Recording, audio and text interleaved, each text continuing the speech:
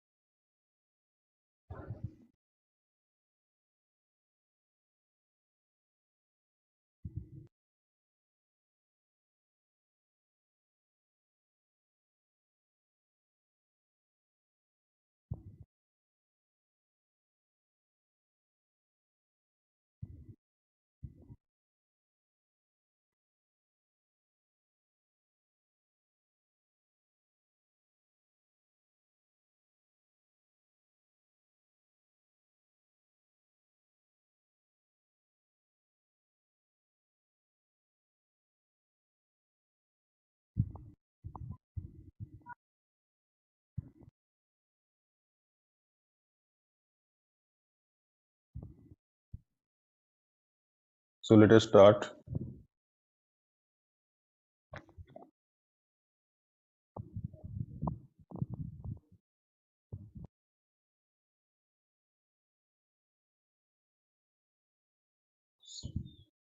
The first topic of today's class is free electron theory, but this is quantum mechanical.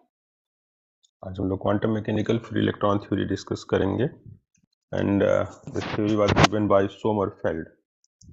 So we can write it as Sommerfeld's theory of free electrons.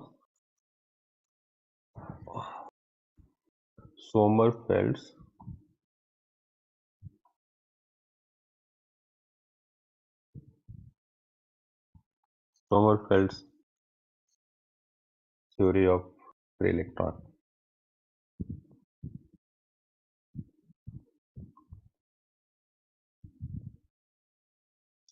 Sommerfeld's theory of free electron gas.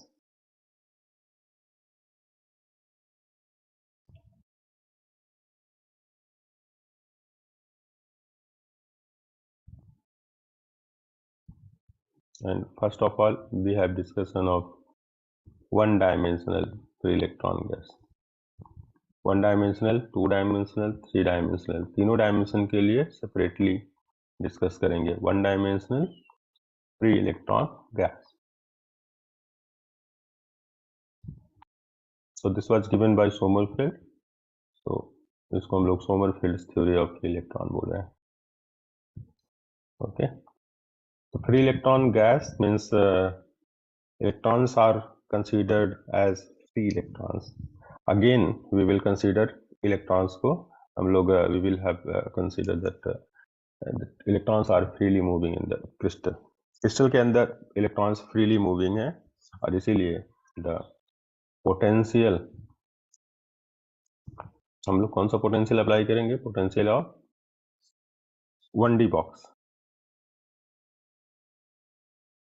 One dimensional box, particle in a box की theory apply करने वाले. तो 1D box is given by, इसमें जो 1D box है, one dimensional box है, one dimensional electron gas है, उसके लिए potential energy Bx is equal to दो वैल्यूज हैं, एक है 0, एक है इन्फिनिटी. 0 कब है? जब 0 x से लेंथ तक, L लेंथ तक, 0 से लेके L लेंथ तक, पूरे लेंथ के अंदर, पूरे वायर के लेंथ के अंदर, या वन डायमेंशनल बॉक्स के, बॉक्स तो एक वायर की तरह ही होगा 1D बॉक्स. तो उस बॉक्स के अंदर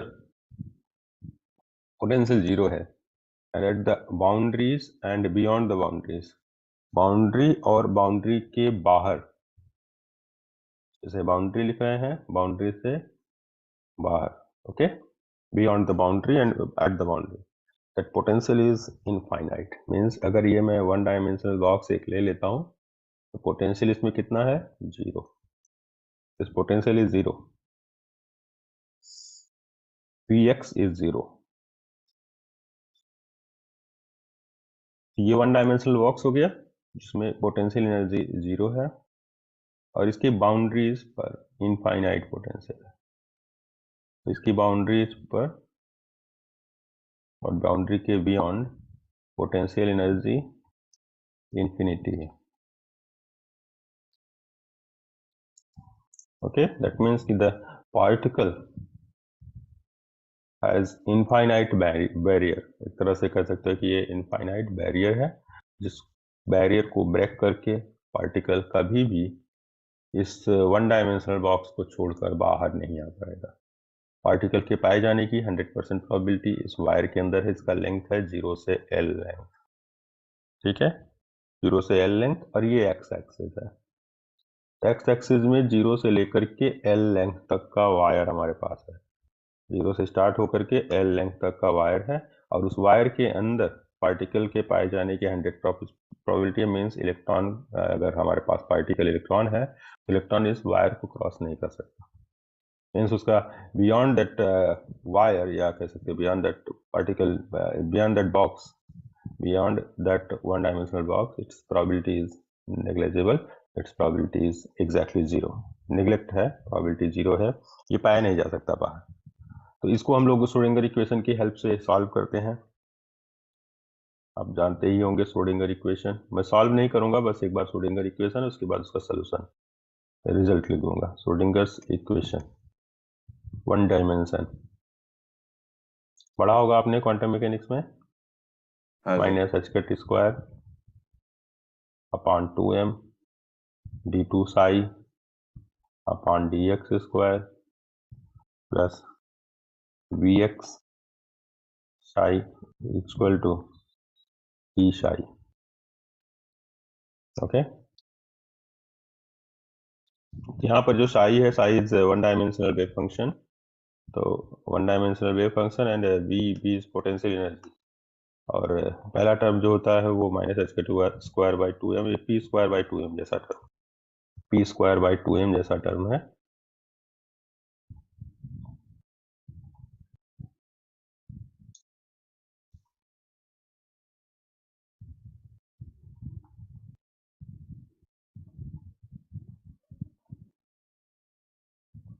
ठीक है,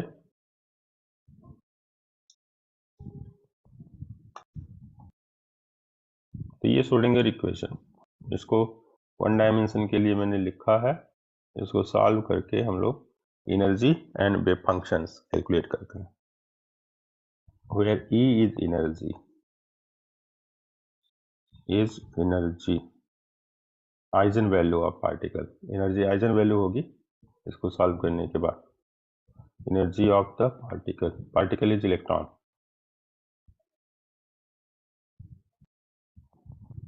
तो यहाँ पार्टिकल इलेक्ट्रॉन है, इलेक्ट्रॉन के लिए एनर्जी E है और V पोटेंशियल एनर्जी है। पोटेंशियल एनर्जी के लिए फॉर्मूला वन डायमेंशन के लिए लिख रखा है। तो अगर पोटेंशियल 0 होता है किसी भी केस में, तो इलेक्ट्रॉन के पास ओनली काइनेटिक एनर्जी होगी, और उस केस में इलेक्ट्रॉन को हम लोग as a free electron deal करेंगे। Okay, and E is energy of the electron and psi x is the wave function और आइगन वेक्टर। E तो एनर्जी आइगन वैल्यू है और वेव फंक्शन है psi x। psi x eigen vector कह सकते हो आप इसको। चलिए इसको नेक्स्ट पेज पर इसका सोल्यूशन या इसका कह सकते हैं रिजल्ट जो डायरेक्ट आता है वो लिखेंगे।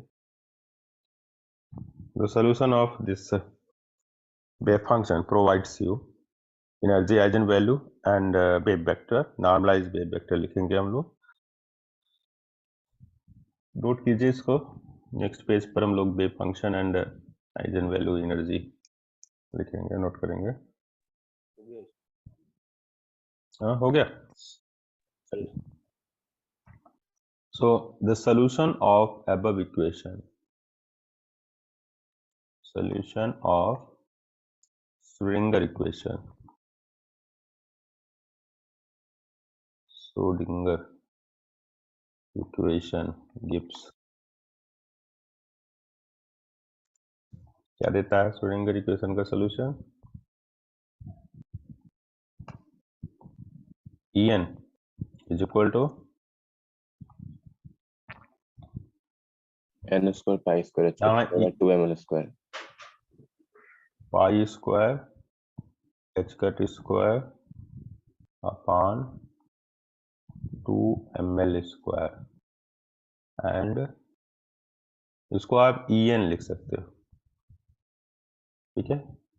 n के साथ वेरिएबल है ये energy E is equal to En कि एनर्जी वेरिएबल है तो हम लोग उसको n सफिक्स के साथ लिख देते हैं। n suffix with n is some quantum number. n एक क्वांटम नंबर है जिसके साथ ये एनर्जी रिलेट हो रही है। डिफरेंट n वैल्यूज के करस्पॉन्डिंग एनर्जी अलग अलग होगी और इसीलिए En लिख दे रहा हूँ इसको। And psi x will be equal to normalise wave vector लिख रहा हूँ √2/L sin n pi x over L। वैसे एनर्जी के फार्मूले को आप ज़्यादा बेटर फॉर्म में लिखना चाहें तो आप उसको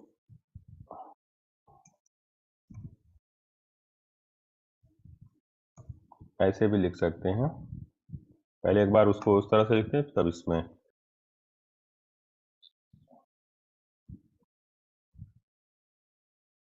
तो जैसे हम लोग लिखते हैं ना p square upon 2m। p square का मतलब होता है h कट, यहाँ पर h cut square upon 2m a square है ना। तो p square by 2m, p means h cut के, तो h cut square k square by 2m हुआ, h cut square k square by 2m हुआ। अब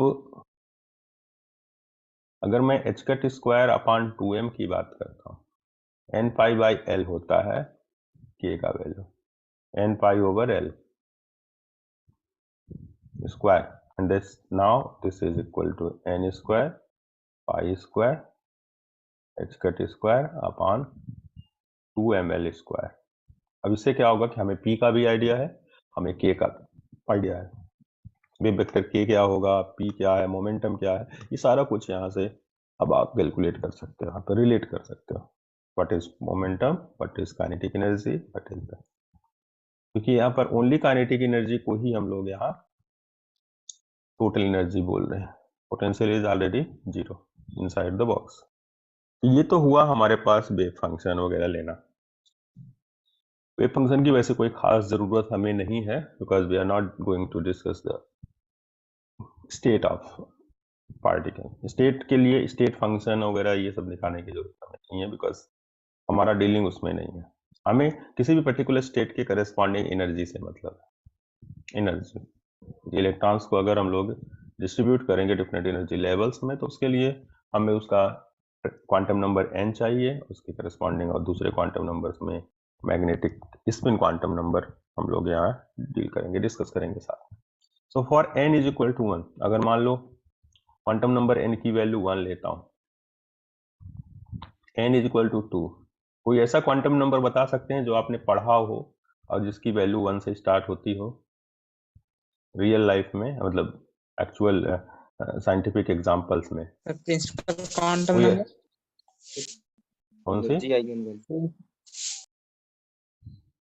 कौन सा क्वांटम नंबर बोला? Principal quantum number. और कोई क्वांटम नंबर जो n इज इक्वल टू 1 से स्टार्ट होता हो, 0 से या और किसी नंबर से नहीं, 1 से स्टार्ट होने वाला कितने क्वांटम नंबर्स आप जानते हैं? Azimuthal quantum number. आप एजीमुथल 0 भी होता है। बाद में ऑर्बिटल में 0 आता है क्वांटम मैकेनिक। सोमरफील्ड की थ्योरी में उसको 1 से स्टार्ट किया था। ठीक है, कोई बात नहीं, आगे। और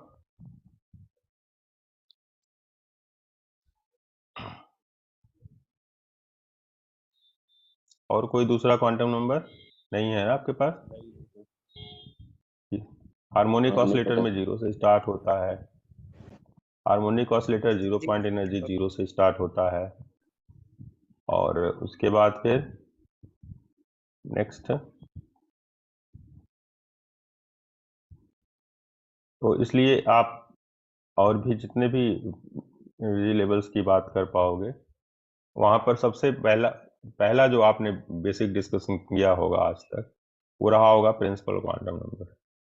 तो जो प्रिंसिपल क्वांटम नंबर है, इलेक्ट्रॉन 1s स्टेट में है, 2s में है, 2p में है, 3s में है, वो वाला आपको यहाँ पर ध्यान देना है, वो वाला डिस्कशन ही यहाँ पर काम करना है। तो ये इलेक्ट्रॉन्स के लिए प्रिंसिपल क्वांटम नंबर का काम कर सकता है। E5 इज इक्वल टू हो जाएगा 5 स्क्वायर E1। ये डिफरेंट एनर्जी लेवल्स हैं जिसमें energies 1 square, 2 square, 3 square times E1 मिल रही है हमें। E1 is this one, note कर लीजिए।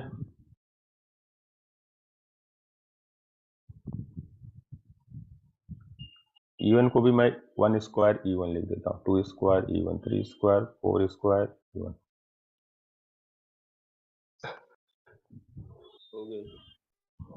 नोट कर, हो गया। नोट कर लिया।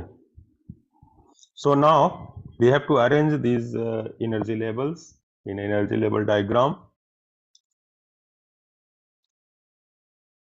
इन सबको मैं एनर्जी लेवल डायग्राम में अरेंज करूंगा, इन सारे एनर्जी लेवल्स को। n is equal to 1, n is equal to 2, 3, 4, 5, 6 so on, इन सबको एनर्जी लेवल डायग्राम में अरेंज करना है। तो suppose this is the n is equal to 1 level, next is n is equal to 2, n is equal to 3। This was just a first approximation कह सकते हो आप इसको। ये सोमरफील्ड ने पहली बार कुछ ऐसा अप्रोक्सीमेशन सेट किया, करेक्ट है इनकरेक्ट है उससे हमें नहीं मतलब है, हमें मतलब है कि किसी साइंटिस्ट ने पहली बार इलेक्ट्रॉन्स को अलग अलग एनर्जी लेवल में, अलग अलग एनर्जीज के करस्पॉन्डिंग लेवल्स में अरेंज करने का ट्राई किया। उस समय पर जो भी अवेलेबल थ्योरी थी, इसको हम लोग यहाँ पर डील कर रहे हैं कि ये थ्योरी है फ्री इलेक्ट्रॉन पार्टिकल का, पार्टिकल इन ए बॉक्स की थ्योरी अप्लाई की क्वांटम मैकेनिकली, और फिर उसने देखना चाहा कि क्या इलेक्ट्रॉन्स को अरेंज करने से कुछ ऐसा करेक्ट कुछ मिलता है वैल्यूज। तो बहुत सारी इंफॉर्मेशन उनको करेक्ट मिली थी, तो जिनको मैं यहाँ पर डील करूंगा, अभी डिस्कस करूंगा। Okay, so here in this topic we have suppose, मान लो हमें कैपिटल एन इलेक्ट्रॉन्स अरेंज करने, कैपिटल एन इलेक्ट्रॉन्स अरेंज करने, सपोज हमारे पास टोटल कैपिटल एन इलेक्ट्रॉन्स हैं, तो कितनी एनर्जी लेवल्स की जरूरत पड़ेगी अगर मैं हर एक एनर्जी लेवल में 2 इलेक्ट्रॉन अरेंज करता हूं?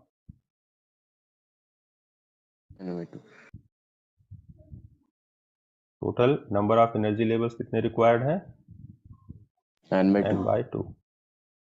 यस, अब ये 2 इलेक्ट्रॉन्स जो मैं अरेंज कर रहा हूं, एक का स्पिन अप, एक का स्पिन डाउन, एक का स्पिन अप, एक का स्पिन डाउन, एक का स्पिन अप, एक का स्पिन डाउन।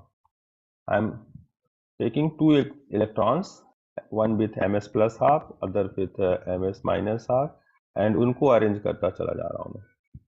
इस तरह के एनर्जी लेवल डायग्राम में उन इलेक्ट्रॉन्स को अरेंज करने से मेरा जो पूरा स्टेट है, पूरा इलेक्ट्रॉनिक स्टेट्स है, या कह सकते हैं पूरे एनर्जी लेवल्स हैं, फील्ड, उनमें कंप्लीट फिलिंग होती जा रही है और इलेक्ट्रॉन्स भरते जा रहे हैं। Okay,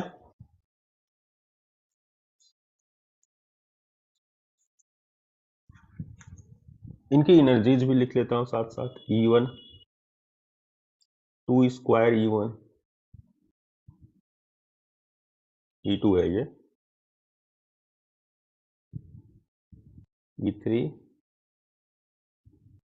3 square E1, E4 4 square E1, E5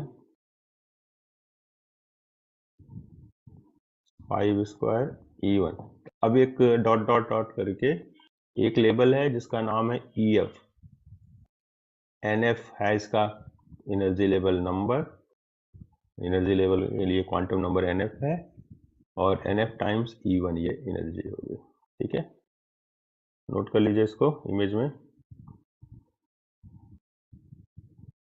तो ये जो एनर्जी लेवल डायग्राम अरेंज किया हमने, इसमें डिफरेंट स्टेट्स या डिफरेंट एनर्जी लेवल्स की एनर्जी को with respect to quantum number n arrange किया है और साथ साथ उनकी एनर्जीज भी मेंशन कर दी, E1 E2 E3 E4 E5। Correct है।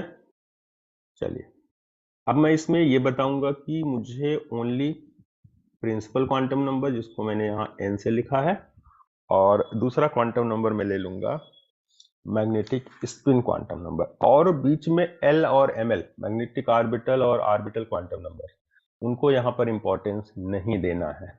मतलब मैं नहीं दे रहा हूँ ऐसा मतलब नहीं है, ये सोमरफेल्ड ने नहीं दिया था।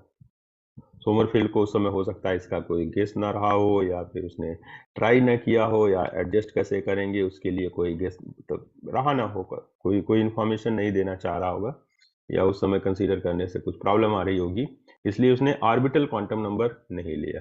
ठीक है, एक्चुअली क्लियरली बात मैं बोलूं तो आपको याद होगा एटॉमिक फिजिक्स में सोमरफेल्ड्स जो मॉडल था, सोमरफेल्ड एक एटॉमिक फिजिक्स में बोर्स मॉडल का एक्सटेंशन देता है, बोर्स एटॉमिक मॉडल को एक्सटेंड करता है सोमरफेल्ड इलेक्ट्रिकल ऑर्बिट के लिए जाना जाता है। बोर जो है वो सर्कुलर ऑर्बिट के लिए, बोर ने अपने मॉडल में सर्कुलर ऑर्बिट लिया, तो सर्कुलर ऑर्बिट में ओनली रेडियस होता है, ओनली रेडियस होता था। यहाँ इलेक्ट्रिकल ऑर्बिट में A और B दो होते हैं, तो सर्कुलर ऑर्बिट में only principal quantum number use किया गया था, जबकि यहाँ A और B दोनों में हमें n और एक क्वांटम नंबर k इंट्रोड्यूस होके आता है। सोमरफेल्ड्स मॉडल में इलिप्टिकल मॉडल जब लेते हैं तो दो टाइप के यहाँ semi major semi minor axis है इलिप्टिकल ऑर्बिट में, तो वहाँ n और k की वैल्यू जाती है। एक प्रिंसिपल क्वांटम नंबर है, एक को बोला गया था एजीमुथल क्वांटम नंबर। ठीक है, एजीमुथल क्वांटम नंबर है, ये प्रिंसिपल क्वांटम नंबर है। अब एजीमुथल क्वांटम नंबर और प्रिंसिपल क्वांटम नंबर दोनों सोमरफेल्ड को अपनी थ्योरी में दिखाई दिया, और पूरा बेटर एक्सप्लेनेशन देते हुए कि कौन सी इलिप्टिकल ऑर्बिट होगी, सर्कुलर ऑर्बिट होगी, ये सारा कुछ सोमरफेल्ड्स मॉडल में अवेलेबल है। लेकिन जब एजीमुथल क्वांटम नंबर मिला, उसके बाद उसी समय पर हाइड्रोजन एटम का सोल्यूशन आया, hydrogen atom solution r theta phi के टर्म में। ठीक है, आर थीटा फाई के टर्म में, आर से आपको पता है कि प्रिंसिपल क्वांटम नंबर निकलता है, थीटा से एल और फाई से एमएल, है ना। हालांकि थीटा से एल एमएल दोनों निकलते हैं, रिलेट होते हैं। तो जो आर थीटा फाई में हाइड्रोजन एटम का सोल्यूशन आपने लोगों ने किया है कि नहीं किया है, ये बताओ। जो separation variable method apply, separation variable method apply कर देते हैं, सेपरेट करके। यस, तो आर जो है प्रिंसिपल क्वांटम नंबर से रिलेट हो जाता है, थीटा जो है एल एमएल दोनों से, और फाई जो होता है एमएल से रिलेट होता है। ये स्फेरिकल हार्मोनिक समथिंग करके आते हैं, वाई को भी डिफाइन करते हैं थीटा। फाई को एम से करते हैं ना सर, वो एक्सपोनेंशियल के साथ जो आई एम फाई रहता है, एक्सपोनेंशियल आइटा एमएल फाई होता है, वो एक्सपोनेंशियल आइटा एमएल फाई होता है। हाँ, एल भी होता है सर क्या उसमें? फाई में नहीं होता, थीटा में होता है आई थिंक। अच्छा, एमएल सर आप उसको रिप्रेजेंट एंगुलर मोमेंट मैग्नेटिक वाले से कर रहे हैं, एम को? मतलब नहीं समझा मैं, क्या बोल रहे हो सर? एम को आप मैग्नेटिक क्वांटम नंबर बता रहे हैं? हाँ हाँ हाँ, एम को तो मैग्नेटिक ऑर्बिटल कि एल के साथ आप क्या नहीं, तो ये एमएल जो है एमएल से फाई रिलेटेड होता है, एमएल से फाई को रिलेट कर देते हैं। थीटा में एल एमएल दोनों आता है, थीटा वाले में एल और एमएल दोनों आता है, और फाई वाले में एमएल आता है उसमें। हाँ ठीक है, तो ये जो टर्म्स आते हैं हाइड्रोजन एटम सोल्यूशन में, यहाँ एल जो था वो 0 से स्टार्ट हो रहा था। ठीक है, और यहाँ जो एजीमुथल क्वांटम नंबर बताया ये के 1 2 3 से स्टार्ट हो रहा था। तो उसी समय कंफ्यूज हो गए। कौन कंफ्यूज हो गया? सोमरफेल्ड, कि भाई मैंने तो जो एजीमुथल क्वांटम नंबर इंट्रोड्यूस किया 1 2 3 4 5 से है, और यहाँ जो ऑर्बिटल क्वांटम नंबर आ रहा है दैट इज स्टार्टिंग फ्रॉम 0। तो जस्ट इनके दोनों की थ्योरीज में एक्चुअली दोनों के अप्रोच में कोई प्रॉब्लम नहीं था। सोमरफील्ड ने सेमी क्लासिकल रूल लगाया था। सेमी क्लासिकल, इन्होंने लैग्रांजियन वगैरह की हेल्प ली थी और coordinate Q and Q dot की हेल्प ली थी। सोमरफील्ड ने Wilson Sommerfeld quantization rule apply किया था। तो क्यू और क्यू डॉट लेकर ट्राई किया और इन्होंने हैमिल्टोनियन सॉल्व कर लिया सेपरेशन वेरिएबल मेथड से। तो बाद में इनको अपना जो एजीमुथल क्वांटम नंबर था उसका कॉन्सेप्ट ड्रॉप करना पड़ा, एक तरह से कह सकते हैं। Quantum mechanically orbital quantum number को ही करेक्ट माना गया, और क्योंकि दोनों की वैल्यूज जो स्टार्ट होती हैं और जो एंड होती हैं उनमें 1 यूनिट का डिफरेंस था, सिंगल 1 यूनिट का। के की वैल्यू 1 2 3 से लेकर एन तक होती है और एल की वैल्यू होती है 0 1 2 3 n -1। तो इसलिए ये बाद में सोचा गया कि जो दोनों की थ्योरीज के क्वांटम नंबर्स हैं, they are related, they are having only one difference, 1 unit difference. Orbital quantum number 0 1 2 3 करके n -1 तक जाता है और k वैल्यू जो है वो n तक जाता है। तो बस यही डिफरेंस बता करके बाद में इसको लोगों ने, हाँ बोलिए, यस प्लीज। सर ये इलिप्टिकल ऑर्बिट है, ये बोलिए। कैसे पता चला? अब मैं एटॉमिक फिजिक्स पढ़ा दूं पहले या फिर इसको सॉलिड पढ़ा दूं? मैंने बोला कि इलिप्टिकल ऑर्बिट का थ्योरी जैसे सर्कुलर ऑर्बिट बोर ने अपने मॉडल में बताया था, वैसे इलिप्टिकल ऑर्बिट सोमरफील्ड ने अपने मॉडल में बताया था। उसके पीछे कुछ कॉन्सेप्ट दिए थे। इलिप्टिकल ऑर्बिट का कॉन्सेप्ट जैसे आप सोलर सिस्टम में केपलर लॉज में पढ़ते हो, सिमिलर सोमरफील्ड ने अपने लॉज में बताया था, अपने मॉडल में बताया था। ठीक है, तो ये मैं बता रहा हूँ कि एटॉमिक फिजिक्स नहीं डिस्कस कर रहे हैं, जस्ट मैं बता रहा हूँ। आपको इंटरेस्ट हो तो आप एटॉमिक फिजिक्स की बुक में सोमरफील्ड्स मॉडल पर स्टडी देख सकते हैं। उसमें सर्कुलर मॉडल एक बोर ने बताया, इलिप्टिकल मॉडल लिया सोमरफील्ड ने। सोमरफील्ड के मॉडल के पीछे कहीं ना कहीं केपलर लॉज रहा होगा। जहां भी एनर्जी नेगेटिव होती है, आपको पता है कि जो कोनिक सेक्शन होगा वो इसेंट्रिसिटी लेस देन 1 रखता है ना, लेस देन 1 वाले में इसेंट्रिसिटी आपको इलिप्स की मिलती है। ये कुछ मैं गेस आपको बता रहा हूँ सेंट्रल फोर्सेस की डेफिनेशन के according.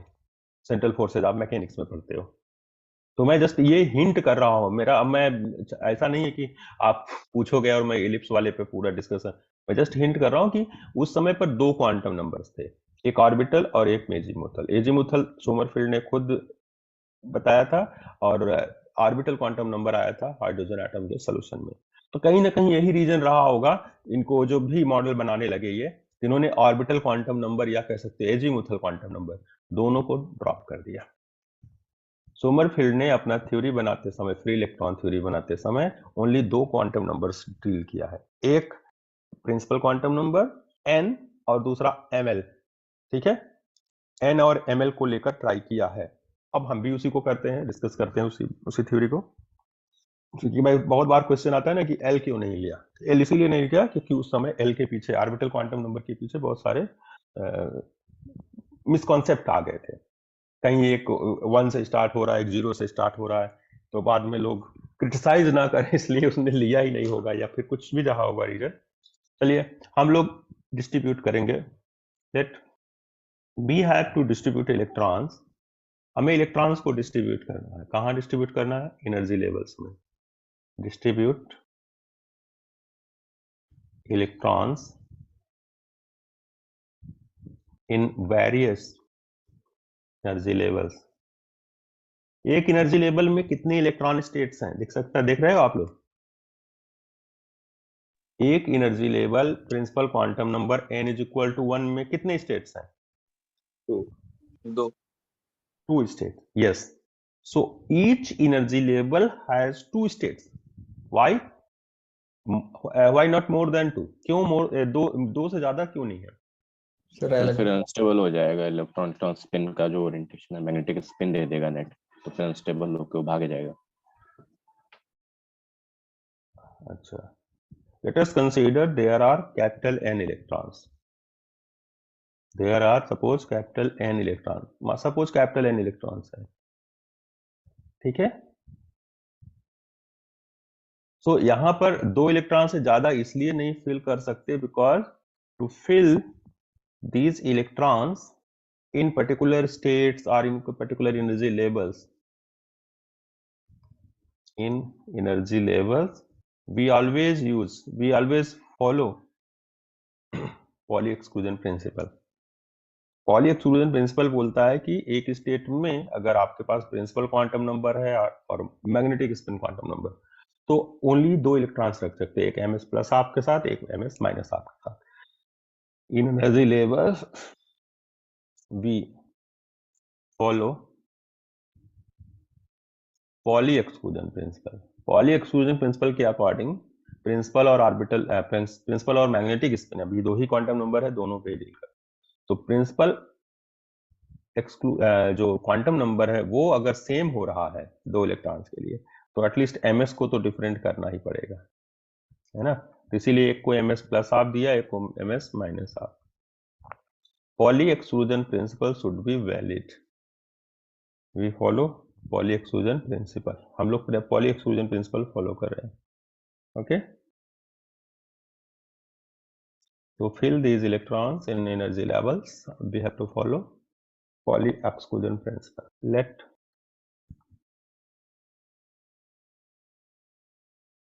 So let us start filling these electrons. Let we have ground energy level. मान लो हमारे पास ग्राउंड एनर्जी लेवल है।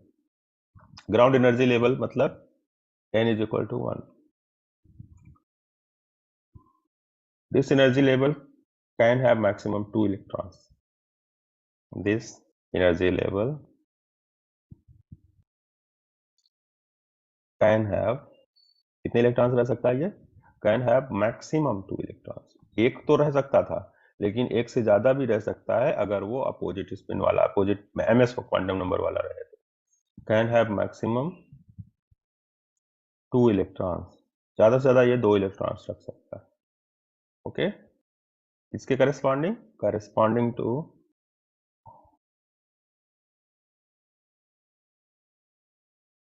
ms plus half and ms minus half. एक ms प्लस हाफ के करस्पॉन्डिंग और एक ms minus half के corresponding, 2 electrons हो सकते हैं यहाँ पर।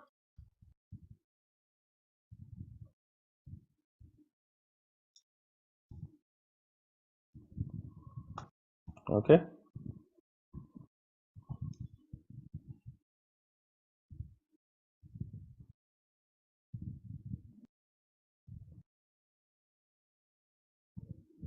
ms plus half, ms minus half. So thus we have 2 quantum states. 2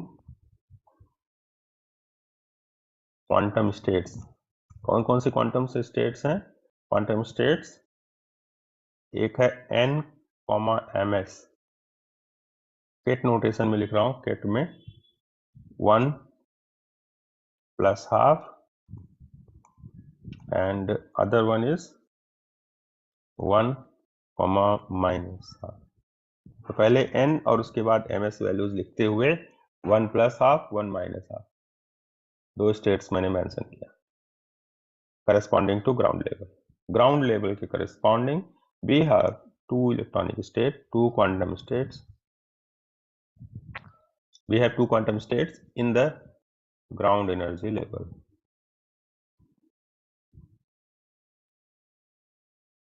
ground energy level एक क्वांटम नंबर के करस्पॉन्डिंग हम लोग देख रहे हैं। क्वांटम नंबर क्या है? Principal quantum number n is equal to 1, but उसमें 2 इलेक्ट्रॉनिक स्टेट्स। इलेक्ट्रॉनिक स्टेट्स बोलेंगे तो भी 2 बोलेंगे, क्वांटम स्टेट्स वर्ड यूज करेंगे तो भी 2 ही होगा। Quantum state means electron state, and इसलिए क्योंकि पॉली बोलता है कि जितने भी स्टेट्स होंगे उसमें एक ही इलेक्ट्रॉन फिल हो सकता है, तो number of electrons is equal to number of quantum states. कितने स्टेट्स होंगी पूरे के पूरे एनर्जी लेवल डायग्राम में, जितने इलेक्ट्रॉन्स होंगे उतनी स्टेट्स चाहिए। एक इलेक्ट्रॉन एक स्टेट में होगा, उस स्टेट में दूसरा इलेक्ट्रॉन नहीं आ सकता। स्टेट की बात कर रहा हूं, एनर्जी लेवल्स में 2 इलेक्ट्रॉन्स आ रहे हैं, इसका मतलब 2 स्टेट्स होंगे। ओके,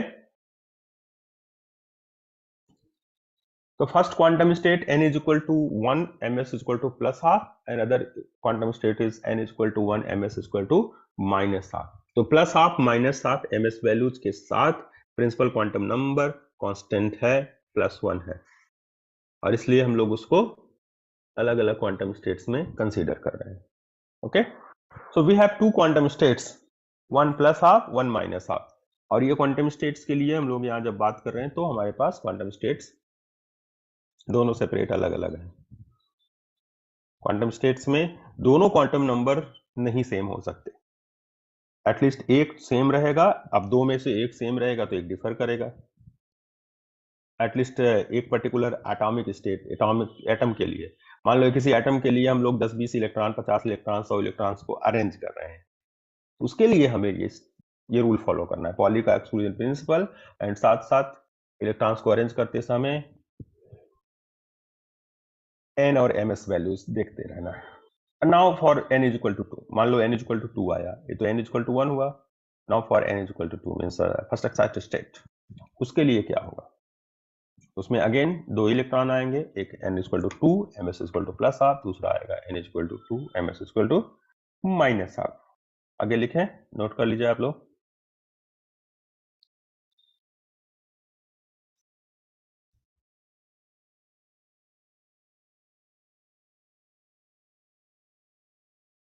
नोट कर लिया?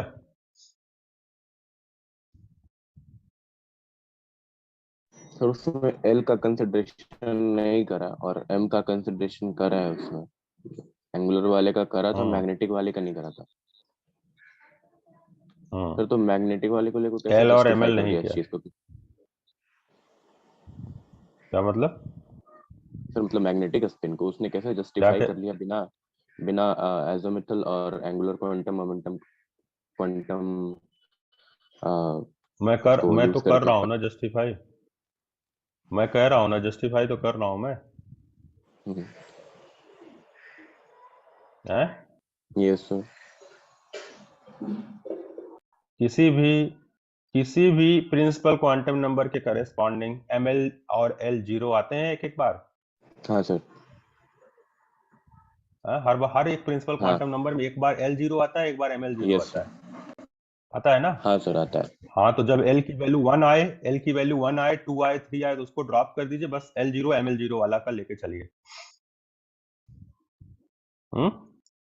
हर एक प्रिंसिपल क्वांटम नंबर वाले में एक बार 1s2 आता है।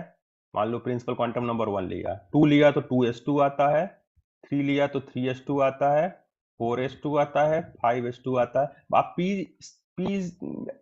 एस को ले रहे हैं, p नहीं ले रहे हैं, d नहीं ले रहे हैं, f नहीं ले रहे हैं, डिफरेंट ऑर्बिटल छोड़ दीजिए, ओनली s ऑर्बिटल की बात कीजिए, s सबसेल की बात कीजिए। तो 1s2, 2s2, 3s2, 4s2, 5s2, यही तो कन्फिग्रेशन हो गया यहाँ इस केस में। हाँ सर। बिकॉज यू आर, अगर नहीं ले रहे हो तो आप एल और एम एल को जीरो ले सकते हो, ऑर्बिटल क्वांटम नंबर और मैग्नेटिक ऑर्बिटल को आप जब कंसीडर नहीं करो, उसका मतलब दोनों जीरो है सपोज। तो 1s2 हो गया पहले का, 1s2, 2s2 हो गया दूसरे का, 3s2 हो गया, 4s2, 5s2, 6s2, ये कन्फिग्रेशन हो गई ना आपके पास। इस तरह से आपको इसको पॉजिटिव वे में समझना है, ऐसा मत करो कि थ्योरी ही गलत हो जाए। अब हमें थ्योरी क्या गलत करना है, ये तो आज से 100-150 साल पहले, जब भी 100 साल तो कम से कम हो ही गया होगा, तो उस समय जब दिया होगा सोमरफेल्ड ने अपनी थ्योरी को, तो कुछ करेक्ट रिजल्ट रहे होंगे, तभी ये थ्योरी हम लोग यहाँ क्लास में डिस्कस कर रहे हैं, अदरवाइज सिलेबस में कोई क्यों रखता है इसको, बताओ। चलिए आगे देखते हैं।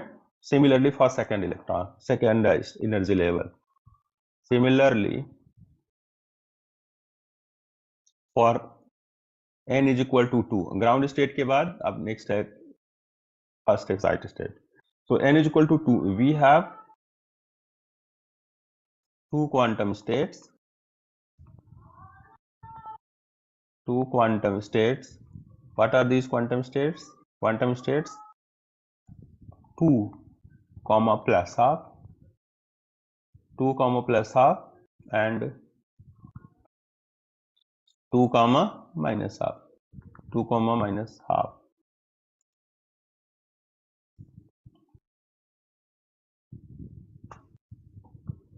Two, minus half.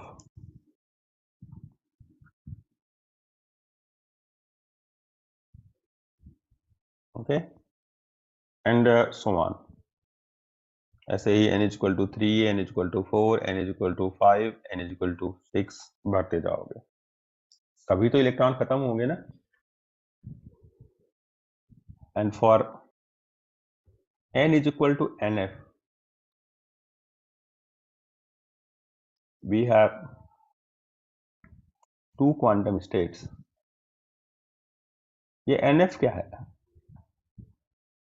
आपने इलेक्ट्रॉन्स को लोअर लेवल से स्टार्ट किया तो सबसे टॉप मोस्ट लेवल का नाम है nf. nf उसका क्वांटम नंबर है nf plus half and nf minus half. तो जब भी इलेक्ट्रॉन्स को इस तरह से फिल करना स्टार्ट करते हो कि हर स्टेट में हर एनर्जी लेवल में दो दो इलेक्ट्रॉन्स फिल करो, अब आप सोच रहे होंगे कि कितनी इलेक्ट्रॉन्स हैं जो हमेशा दो दो इलेक्ट्रॉन्स फिल हो जाएंगे और बचेगा भी नहीं. देखिए ये मेटल्स की थ्योरी है. Free electron theory holds correct या holds good for free electron theory holds good for metals. Mainly metals के लिए ये थ्योरी है. और मेटल्स में पर यूनिट वॉल्यूम में, पर मीटर क्यूब वॉल्यूम में कितने इलेक्ट्रॉन्स होते हैं? 10⁻28 ऑर्डर का पर मीटर क्यूब में. 1 मीटर क्यूब का अगर आपके पास सॉलिड है 1 मीटर क्यूब वॉल्यूम का, 1 मीटर क्यूब वॉल्यूम का, तो उसके अंदर लगभग 10⁻28 से लेके 10⁻29 इलेक्ट्रॉन्स होते हैं. नंबर ऑफ इलेक्ट्रॉन्स है 10⁻28 से 10⁻29 इलेक्ट्रॉन. 10 50 नहीं है ये, सीधा 10 के 1 के बगल में 28 जीरो, 28 जीरो, 29 जीरो, इस तरह का थ्योरी है, पॉइंट है ये. इतने सारे इलेक्ट्रॉन्स में ये इवन नंबर हो ही जाएगा, कोई प्रॉब्लम नहीं हो. हर स्टेट में दो दो इलेक्ट्रॉन्स रखते जाओगे तो एनएफ की वैल्यू भी बहुत लार्ज होगी. NF is quantum number NF. ठीक है. यहां आपको ध्यान देना है कि ये पर्टिकुलर एटम के अंदर आप अरेंजमेंट नहीं कर रहे हो. किसके अंदर कर रहे हो? पूरे मेटल के अंदर. पूरे मेटल के अंदर यूनिट वॉल्यूम में जितने भी इलेक्ट्रॉन्स हैं सबको अरेंज कर रहे हो एक साथ. आप पर्टिकुलर एटम के अंदर एनर्जी लेवल डायग्राम नहीं ड्रॉ कर रहे हो. आप इस बात पर ध्यान दीजिए. आपके पास मान लो सोडियम है, सोडियम में 11 इलेक्ट्रॉन्स हैं. इन 11 इलेक्ट्रॉन्स को अरेंज नहीं कर रहे हो आप. पोटेशियम में 19 इलेक्ट्रॉन्स हैं, उसको अरेंज नहीं कर रहे हो आप. आप जितने भी यहां पर इलेक्ट्रॉन्स हैं, मान लो यूनिट वॉल्यूम में जितने इलेक्ट्रॉन्स आ रहे हैं आपको, यूनिट वॉल्यूम में सारे इलेक्ट्रॉन्स को आप दे रहे हो. और कौन से इलेक्ट्रॉन? Conduction electrons. आप कंडक्शन इलेक्ट्रॉन्स जितने भी हैं आपके पास, क्लोज सेल वालों को तो कोई मतलब ही नहीं है. कंडक्शन इलेक्ट्रॉन्स, मान लो पोटेशियम है तो इसमें हर एटम से एक इलेक्ट्रॉन फ्री हुआ. कॉपर है तो कॉपर से भी मोनोवैलेंट है तो मोनोवैलेंट में एक एक इलेक्ट्रॉन. तो जितने कॉपर एटम होंगे या जितने पोटेशियम एटम्स होंगे यूनिट वॉल्यूम में, उतना ही number of electrons per unit volume होगा. इलेक्ट्रॉन डेंसिटी मान लो ये 28 ऑर्डर का आ रहा है पर मीटर क्यूब में. तो ये जो बैलेंस इलेक्ट्रॉन्स या कंडक्शन इलेक्ट्रॉन्स हैं, इनको कैसे अरेंज कर रहे हैं हम लोग, डिस्कशन इस पर हो रहा है. ध्यान दीजिएगा, कुछ ड्रॉबैक्स हैं इस थ्योरी के. सारे इलेक्ट्रॉन्स जो भी कंडक्शन बैंड के इलेक्ट्रॉन्स हैं वो किस तरह से लेवल रख रहे हैं, कैसे कैसे उसको अरेंज करना है, ये थ्योरी उससे रिलेटेड है. ठीक है. आप हर एक इलेक्ट्रॉन को कंडक्शन बैंड में कैसे अरेंज कर. सर कंडक्शन बैंड में पढ़ रहे हैं कि वैलेंस बैंड में पढ़ रहे हैं? हम अभी बात कर रहे हैं हर एक इलेक्ट्रॉन जो कि फ्री इलेक्ट्रॉन है वो कैसे अरेंज हुआ है. फ्री इलेक्ट्रॉन तभी होगा ना जब कंडक्शन में आएगा, कंडक्शन में होगा या बैलेंस बैंड में ही फ्री हो जाए. हाँ, तो कंडक्शन इलेक्ट्रॉन्स को कैसे अरेंज करना. सर तो 1:2:2 वो मैंने आपको एक्सप्लेन करने के लिए बोला. मैंने उसको आपको अरेंज एडजस्ट करने के लिए बोला था, उससे रिलेट नहीं है. वो तो क्लोज सेल के लिए भी करेक्ट है. वो मैंने जस्ट आपको एक्सप्लेन करने के पॉइंट ऑफ व्यू से बताया था. हाँ, 1:2, 2:2, 2p6 ये सब जो भी कॉन्फ़िगरेशन बताते हो, ये क्लोज सेल के लिए बताते हो. ये उस समय ये थ्योरी आई नहीं थी 1:2, 2:2, 2p6 वाली. मैं आपको जस्ट ये बता रहा था कि जो भी इलेक्ट्रॉन्स हैं उनको कैसे अरेंज किया गया है. अभी यहां पर कितने n आएंगे पता है आपको? अगर 10⁻28 इलेक्ट्रॉन है तो 5 × 10⁻27 वैल्यू आ जाएगी nf की. पता है कि नहीं पता? ये भी इस पर भी देखो. अगर टोटल नंबर ऑफ इलेक्ट्रॉन्स अगर 10⁻28 होगा तो NF की वैल्यू क्या होगी? 5 × 10⁻27। तो ये जस्ट एक अप्रोक्सीमेशन उस समय पर दिया गया जब कोई भी थ्योरी किसी के पास अवेलेबल नहीं थी, जब किसी को भी कोई इलेक्ट्रॉनिक कॉन्फ़िगरेशन का आइडिया नहीं था, किसी को अबाउ रूल नहीं पता था, किसी को कोई थ्योरी नहीं पता थी, तब उस समय पर सोमरफेल्ड आगे आया और उसने ये अरेंजमेंट स्टार्ट किया। हम आज उसको इस फॉर्म में पढ़ रहे हैं। लग रहा है कि हाँ इसके अंदर बहुत गलतियां हो सकती हैं, but he was the first person who introduce the electronic distribution in a particular metal के अंदर इलेक्ट्रॉनिक डिस्ट्रीब्यूशन को अरेंज करने वाला फर्स्ट साइंटिस्ट है वो। पाउली से भी अभी पहले आपको बहुत करा सारी था लगेगी कि तो मिस्टेक है। पॉली था उस समय, पॉली की बात थी, पॉली आ गया था, सारा कुछ था, लेकिन उस समय पर इलेक्ट्रॉनिक कॉन्फ़िगरेशन लोग नहीं जानते थे कैसे अरेंज करना है। बहुत सारे साइंटिस्ट का ग्रुप है, आपने फिजिक्स में भी पढ़ा होगा, केमिस्ट्री में पढ़ा होगा, लेकिन उसके पीछे की थ्योरी कहाँ से स्टार्ट हुई, बेसिक कहाँ से स्टार्ट हुआ, वो सब पर यहाँ पर हम लोग। तो चलिए, बहुत सारे क्वेश्चंस आपके अराइज होंगे, मैं धीरे धीरे बात करूंगा। So this energy level is known as actually this. अब एक पॉइंट आता है Fermi level. Fermi level introduce कर देता हूं मैं। What is Fermi level? जो फर्मी लेवल है वो टॉप मोस्ट लेवल है, टॉप मोस्ट लेवल जिसके corresponding principal quantum number NF लिखा है। आपने इमेज में देखा होगा, मैंने NF लिखा था पिछले इमेज पे, N = NF। This is the top most level. तो आपको यहाँ पर ज्यादा कुछ ना डिस्कस करते हुए पहले फर्मी लेवल बात करनी है। This is Fermi level. क्या बोलोगे फर्मी लेवल के बारे में? कि फर्मी लेवल सबसे ऊपर स्थित है। कहां पर है? एनर्जी लेवल डायग्राम में सबसे ऊपर जो टॉप मोस्ट लेवल है वही है Fermi level. The energy of the level,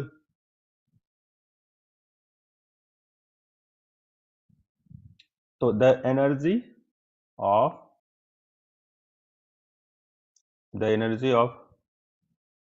the topmost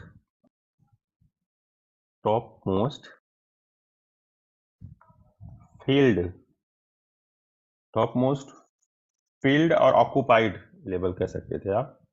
field word भी यूज कर सकते हो, ऑक्यूपाइड वर्ड ही लिखो। अच्छा, इसमें फर्मी एनर्जी वर्ड भी लिख देता हूँ। Fermi energy and Fermi level.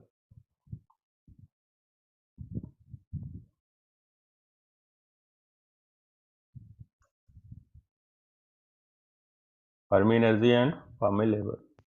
So Fermi energy and Fermi level, the energy of topmost occupied level or topmost filled level is actually known as Fermi energy. The energy of the topmost occupied, electrons इसमें occupied है, topmost level है, occupied energy level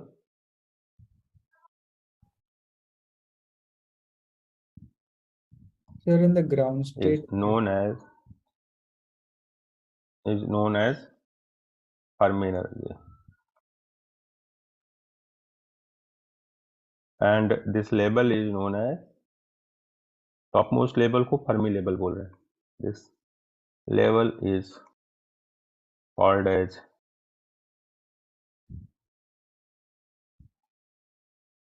Fermi level. इसको Fermi level बोलते हैं जो top most level है। क्या बोल रहे हैं? ग्राउंड स्टेट वगैरह?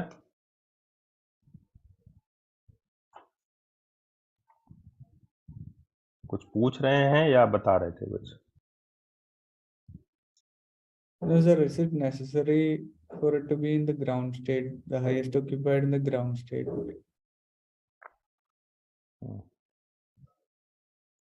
Ground state, first excited state, second excited state, and इस तरह से आप जाते जाते टॉप मोस्ट लेवल EF तक पहुंच जाते हैं। NF स्टेट पे 2 स्टेट पीस हाँ होगा। अगर इवन नंबर ऑफ इलेक्ट्रॉन है, एग्जैक्टली इवन है, तो आपके पास +½ -½ दोनों होगा। ठीक है। ओ सॉरी, मैंने +½ दोनों लिख रखा है क्या वो? ओके, मुझे +½ -½ दोनों होगा भाई, सेम कैसे हो जाएगा? ठीक है मृत्युंजय भी, ठीक है।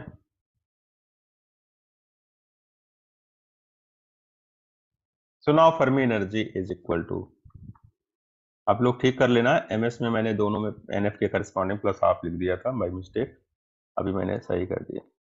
So now Fermi energy EF will be equal to NF square E1. This is now NF square. E1 is pi square h cut square 2 ml square EF.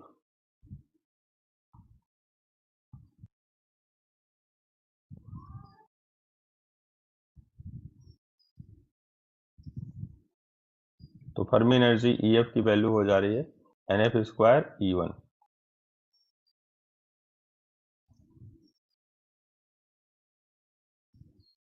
NF square pi square h cut square upon 2 ml square. Okay, note कीजिए.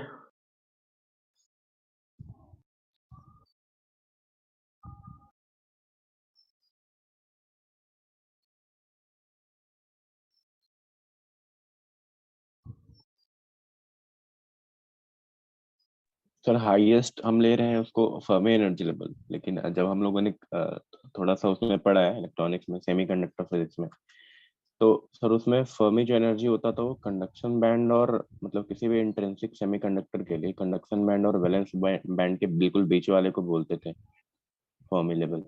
उससे अलग है क्या? अच्छा ठीक है, वो मैं भी आगे अभी वो टॉपिक भी आएगा, उसमें मैं बताऊंगा तो उसमें अलग बात आएगी. ठीक है, अभी मैं जो डिस्कशन कर रहा हूँ वो आप नोट करते जाइए. अब अभी मैं उसको बढ़ाऊं, उसको बाद इसको फिर डिस्कस करूं, ये सारी चीजें जब टाइम टू टाइम आएंगी अपने आप क्लियर हो जाएगा. ठीक है, ओके सर. ओके. ये जो डिस्कशंस मैं भी जितने भी करूंगा हर प्लेस पर ये ध्यान लेना कि ये 0 केल्विन है. टेम्परेचर का इफेक्ट यहाँ पर नेग्लेजिबल है, टेम्परेचर इफेक्ट नेग्लेजिबल है. और आप हर पॉइंट पर जितने भी डिस्कशंस मैं करूंगा जब तक स्पेसिफाई ना करूं टेम्परेचर, तब तक आप इसको 0 केल्विन मान के चलेंगे. ओके, यहाँ पर आप मेंशन कर देना at 0 kelvin. This theory, this definition holds at 0 kelvin. ठीक है, एब्सोल्यूट 0 केल्विन पर होल्ड करेगा. तो आप यहां मेंशन कर देना at T is equal to 0 kelvin. ये जो डेफिनेशन लिखा है ना, इसकी मैं बात कर रहा हूं. This definition holds at T is equal to 0 kelvin. High temperature पर क्या होगा वो आगे की बात है, बट अभी मैं 0 केल्विन पर बात कर रहा हूं, ओनली एट 0 केल्विन. नोट कर लिया आप लोगों ने. नेक्स्ट है फॉर n इलेक्ट्रॉन्स. अगर मान लो कैपिटल N इलेक्ट्रॉन्स है हमारे पास, so for capital N electrons क्या होगा, NF और capital N values. For capital N electrons, we have, yes, we have NF is equal to capital N by 2. Okay, and capital N की value हो जाएगी 2 times NF. capital N is equal to हो जाएगा 2 times NF. Okay, so therefore Fermi energy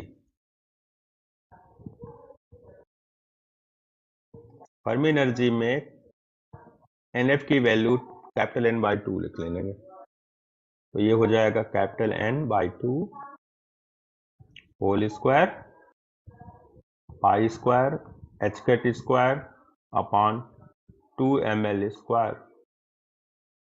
So this is now h cut square upon 2m and n pi by 2l, n pi by 2l whole square. तो आपके पास ये Fermi energy का formula आ रहा है total.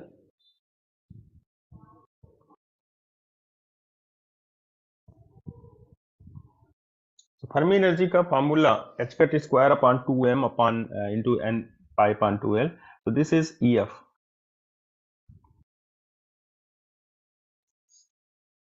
EF Fermi energy is h cut square upon 2m n pi by 2l.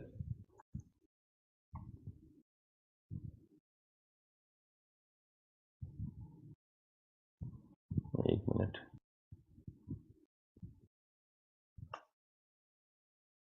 Note कर लीजिएगा इसको. इसको बॉक्स में भी भर देंगे।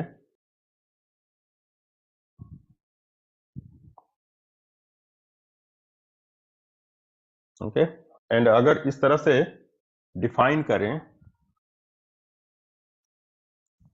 n अपॉन l, क्या बोलेंगे इसको?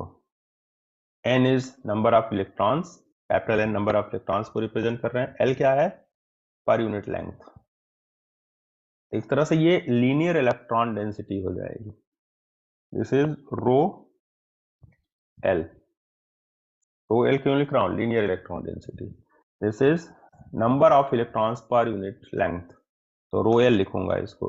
पहले लिख देता हूं क्या है ये, number of electrons per unit length, number of electrons per unit length, and this is suppose linear electron density।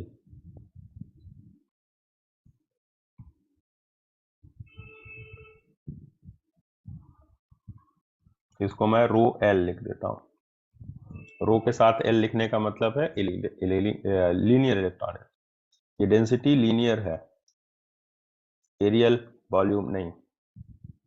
आगे 2 डायमेंशन में लीनियर के बाद एरियल आ जाएगा और 3 डायमेंशन में वॉल्यूम।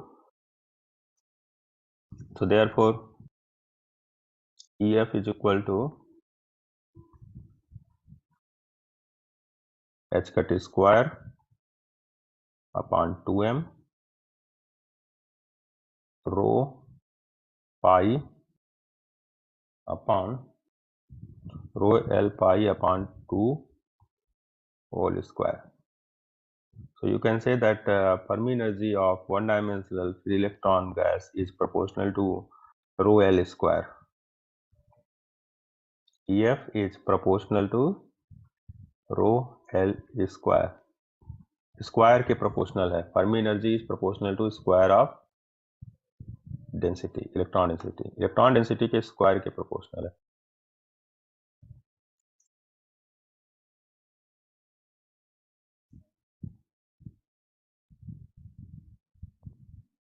नोट कर लीजिए इसको। इलेक्ट्रॉन डेंसिटी के स्क्वायर के प्रोपोर्शनल है फर्मी एनर्जी। ओके, तो नेक्स्ट एक कॉन्सेप्ट आता है density of states. Density of states calculate करेंगे, एवरेज एनर्जी भी कैलकुलेट करना है हमें।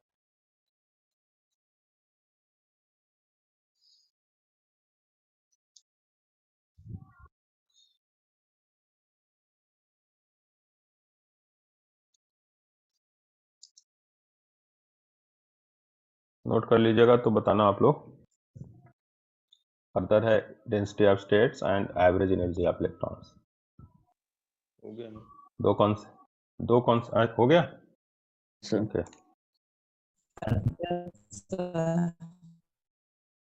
क्या पूछ रहे हैं?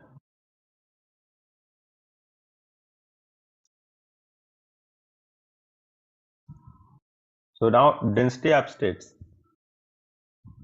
एक कॉन्सेप्ट है, पूछा जाता है अक्सर। Density of states,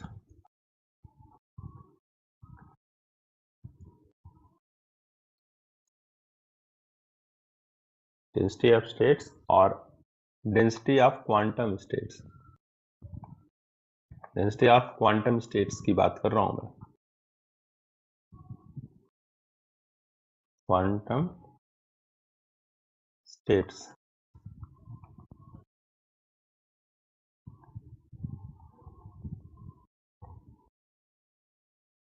density of quantum states, it is defined as d capital N upon de। Energy difference के साथ रिलेट कर रहे हैं हम लोग। एक मिनट, डेंसिटी वर्ड में क्वांटम में m 2 बार हो गया था, ठीक है। Density of quantum states, it is defined as, quantum states को कैसे डिफाइन कर रहे हैं डेंसिटी के साथ? It is defined as the number of quantum states number of quantum states or electronic states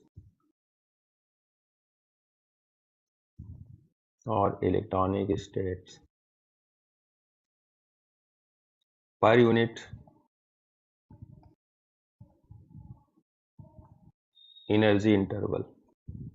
per unit energy interval, energy interval unit में लेना है आपको, पर यूनिट डिवाइडेड बाय कर देना है, per unit energy interval.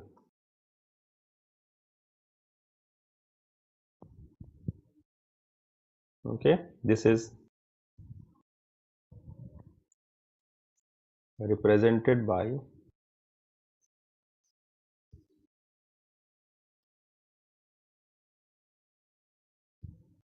D capital E, and it is expressed as it is expressed, कैसे express करेंगे, expressed as density of state is equal to D capital N upon DE. Equation 1 हो गया. And D upon DE. अच्छा, capital N के लिए कितने electron states होंगे बताइए.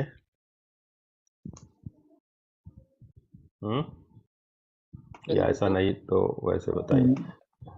n/2. ओके, NF नहीं लिखेंगे आप क्योंकि ये वेरिएबल हो जाएगा. If capital N is variable then 2n will be also variable, n is also. तो स्मॉल n बढ़ेगा अगर दो इलेक्ट्रॉन्स बढ़ाते जाओ. So now capital N is variable with respect to small n. Energy बढ़ती जाएगी, n बढ़ता जाएगा. एंड D कैपिटल N, अच्छा इसको डायरेक्ट लिखते हैं. डेंसिटी ऑफ स्टेट का फॉर्मूला क्या हो जाएगा इस केस में, अगर D कैपिटल N के प्लेस पर D स्मॉल n लिखें तो density of state will be 2 times D small n upon DE. This is equation number 2. तो डेंसिटी ऑफ स्टेट निकालने के लिए दोनों में से कोई भी एक इक्वेशन आप सॉल्व कर सकते हैं. Since E is equal to n square pi square h cut square upon 2 ml square. This is energy of nth energy level. nth level की एनर्जी है ये En.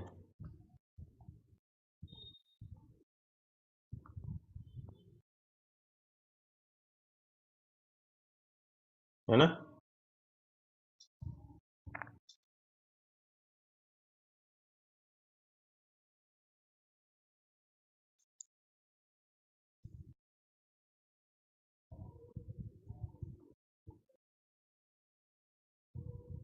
तो आपको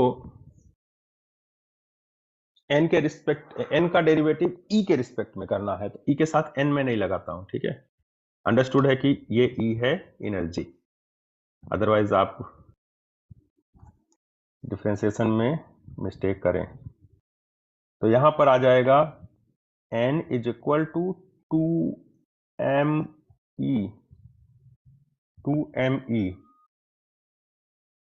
रेज टू पावर 1/2,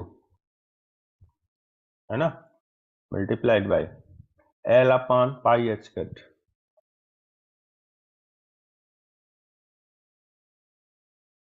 ठीक है, L upon pi h cut clear है. देखो small n की वैल्यू का formula L upon pi h cut into 2me.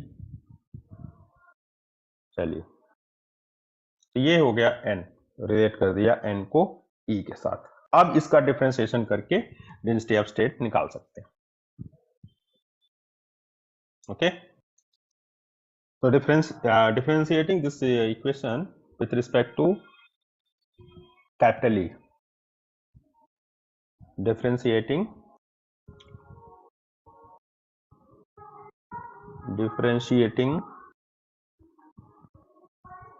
with respect to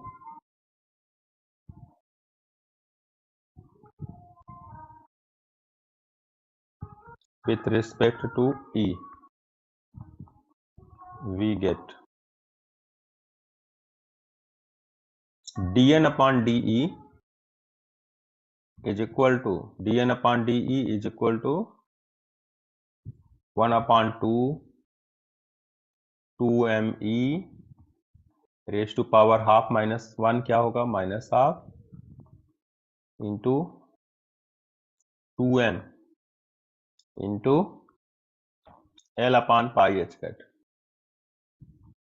This is now equal to 1 upon 2 bracket के अंदर हो जाएगा 2m upon e raise to power 1/2 into L upon pi h cat. And therefore density of states only differentiation इस पर इसमें बहुत important है, otherwise सब आपको पता ही है क्या होना है। अब डेंसिटी ऑफ स्टेट के फार्मूले में आप 2 times dN upon dE put करते हो, 2 कैंसिल हो जाएगा, 2m upon E raise to power 1/2 into L upon pi h cut, ये आ जाएगा density of states.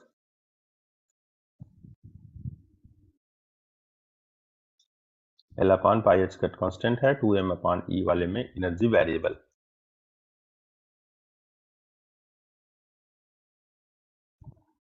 Okay, so on this equation, by this equation you can see that the density of state is inversely proportional to square root of energy. Density of state is inversely proportional to 1 upon e raised to power 1/2.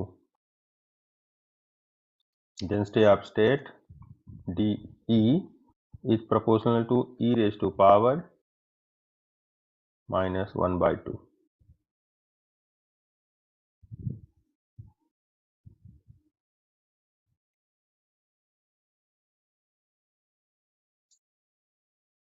ठीक है,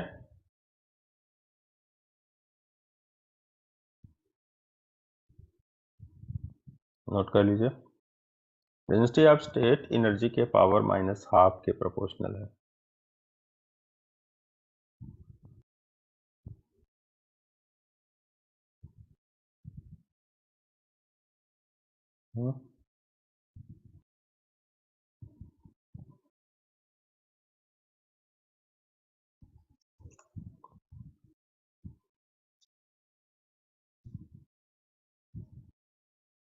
sir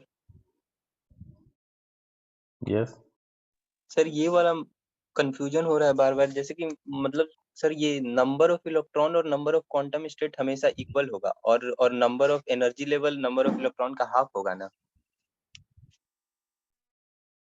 कैसे बोलो? Sir? Number of energy level number of energy level number of electrons का half होगा हमेशा, और number of electron और quantum state equal होगा इसमें, इस पर्टिकुलर थ्योरी में। हाँ ठीक है, यस सर, इसी में सर, यही सर बार बार इस थ्योरी में। हाँ, कंफ्यूज मत हो, इलेक्ट्रॉन का नंबर उतना ही है जितने इलेक्ट्रॉन स्टेट हैं, क्योंकि पॉली एक्सक्लूजन प्रिंसिपल वहाँ वैलिड है। इलेक्ट्रॉन अलग अलग स्टेट्स में आता है, स्टेट्स सेम नहीं होती दो इलेक्ट्रॉन्स के लिए। ओके, दो इलेक्ट्रॉन की स्टेट्स हमेशा डिफरेंट होंगी, अलग अलग स्टेट्स में इलेक्ट्रॉन्स आते हैं। एक हो गया बात। दूसरी बात यह है कि जब हम एनर्जी लेवल्स की बात करते हैं तो एनर्जी लेवल्स में मैंने दो इलेक्ट्रॉनिक स्टेट, दो क्वांटम स्टेट्स शो किया है। ये ग्राफ कुछ इस तरह का आएगा, ग्राफ कुछ इस तरह का आएगा, और इसमें जो इलेक्ट्रॉन्स फिल होगा, फिलिंग करेंगे ना हम लोग डेंसिटी ऑफ स्टेट, स्टार्टिंग में एनर्जी लेवल पास में है, एनर्जी लेवल से स्टार्टिंग में पास में है ना, energy proportional to n square था, तो इसलिए पास है, तो उतनी एनर्जी रेंज में ज्यादा इलेक्ट्रॉन्स आएंगे जितनी एनर्जी रेंज में बाद में एनर्जी लेवल्स दूर जा रहे हैं, तो इसलिए उनके बीच में गैप भी ज्यादा हो रहा है, डीई ज्यादा हो रहा है, इसलिए डीएन कम होगा। जैसे जैसे एनर्जी बढ़ रहा है, एनर्जी लेवल्स का E1 E2 E3 EF, तो बढ़ते बढ़ते आपके पास बहुत दूर बहुत ज्यादा एनर्जी रेंज में कम इलेक्ट्रॉन्स मिल रहे हैं, और ये रीजन वही है जो मैंने आपको बताया एनर्जी लेवल्स का पास पास होना मतलब डेंसिटी ऑफ स्टेट बढ़ गया, एनर्जी लेवल्स दूर दूर हैं, एनर्जी लेवल्स में गैप ज्यादा है, इसलिए नंबर ऑफ इलेक्ट्रॉन्स कम मिल रहा है उस रेंज में, और उसको हम लोग बोलते हैं कि लेस डेंसिटी ऑफ स्टेट। तो density of state decreases with increasing energy and this is here. ये EF तक की बात कर रहा हूं मैं, EF के आगे इलेक्ट्रॉन्स के स्टेट जो स्टेट्स हैं वो फील्ड नहीं है। EF is the top most field level, top most field level है EF फर्मी लेवल है, Fermi level top most field level है, इसके ऊपर के स्टेट्स में इलेक्ट्रॉन्स नहीं एग्जिस्ट कर रहे हैं। ओके, उसके ऊपर के स्टेट्स में इलेक्ट्रॉन्स की फीलिंग नहीं हुई है, ओनली EF तक स्टेट्स फील्ड है, और ये कब है, जब 0 केल्विन की बात हम लोग करेंगे। T is equal to 0 kelvin, T is equal to 0 kelvin पर ये आपका इंफॉर्मेशन, ये इमेज करेक्ट है। क्लियर? 0 केल्विन तक पे सारे इलेक्ट्रॉन्स जो कि फर्मी लेवल तक की एनर्जी रखते हैं और उनके आसपास, उनके बिलो तक, जस्ट बिलो तक की स्टेट्स एग्जिस्ट कर रही हैं, एनर्जी लेवल्स एग्जिस्ट कर रहे हैं, वो सब के सब हरे हुए हैं। क्लियर? आप लोग बना लीजिए इस पॉइंट को, इस इमेज को भी, और साथ साथ ये जो लिखा हुआ है इसको भी। Density of state decreases with exponential energy e raised to power minus half formula है। अब इसमें एवरेज एनर्जी कैलकुलेशन है, और उसके बाद 2 डायमेंशन 3 डायमेंशन।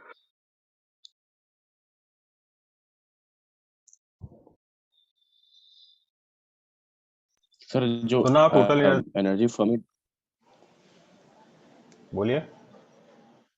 सर जो फर्मी एनर्जी है वो डिपेंड करता है कि नंबर डेंसिटी कितना ज्यादा है इलेक्ट्रॉन्स का। हाँ सर जो डेंसिटी ऑफ क्वांटम स्टेट्स है वो एनर्जी लेवल्स ज्यादा बढ़ाने पे वो कम हो जा रहा है। तो ऐसा क्यों हो रहा है, मतलब ज्यादा खुला खुला सा लग रहा है वो इसलिए कि बात पूरी बोलिए आप। सर मतलब जैसे डेंसिटी क्या ऑफ खुला खुला एनर्जी है सा? ना, वो मुझे ऐसा लग रहा है कि डेंसिटी अगर एनर्जी ज्यादा हो, एनर्जी लेवल्स ज्यादा डिफाइन हो तो डेंसिटी ज्यादा होनी चाहिए। लेकिन एक ये भी लग रहा है कि एनर्जी लेवल्स ज्यादा होने के बावजूद भी इलेक्ट्रॉन्स तो उतने ही है ना, हमारे एन ही है। तो अगर हम कम एनर्जी में उसको फिल करें तो डेंसिटी बढ़ जानी चाहिए। तो शायद इसलिए रिवर्स आ रहा यहाँ है, मतलब देखिए, इनवर्स आ रहा देखिए मैं अब शायद वैसे नहीं ऐसे आ रहा है। यहाँ एनर्जी लेवल डायग्राम है।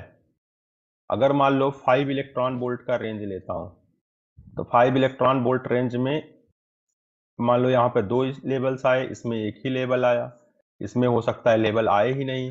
तो सेम एनर्जी डिफरेंस DE लेकर के आप जब ऊपर बढ़ोगे तो पहले एनर्जी लेवल्स पास पास में है, बाद में एनर्जी लेवल्स दूर दूर है ना। तो जितना एनर्जी लेवल्स के बीच में गैप बढ़ रहा है, DE बढ़ रहा है, उतना ही DN नंबर ऑफ इलेक्ट्रॉन्स उस रेंज में कम हो रहे हैं ना। वही यहाँ पर बात की जा रही है। खुला खुला शुरुआत में एनर्जी लेवल्स पास पास में है तो ज्यादा इलेक्ट्रॉन्स कम एनर्जी रेंज में आ जाएंगे, और धीरे धीरे वो एनर्जी लेवल्स के बीच में स्पेसिंग बढ़ रहा है, इसलिए DE बढ़ेगा, DE बढ़ेगा तो DN तो उतना नंबर से बढ़ नहीं रहा है, इसलिए DN अपॉन DE एक डिक्रीजिंग फंक्शन जैसा हो जाता है। ये जस्ट हम लोग क्वालिटेटिव पढ़ रहे हैं बस।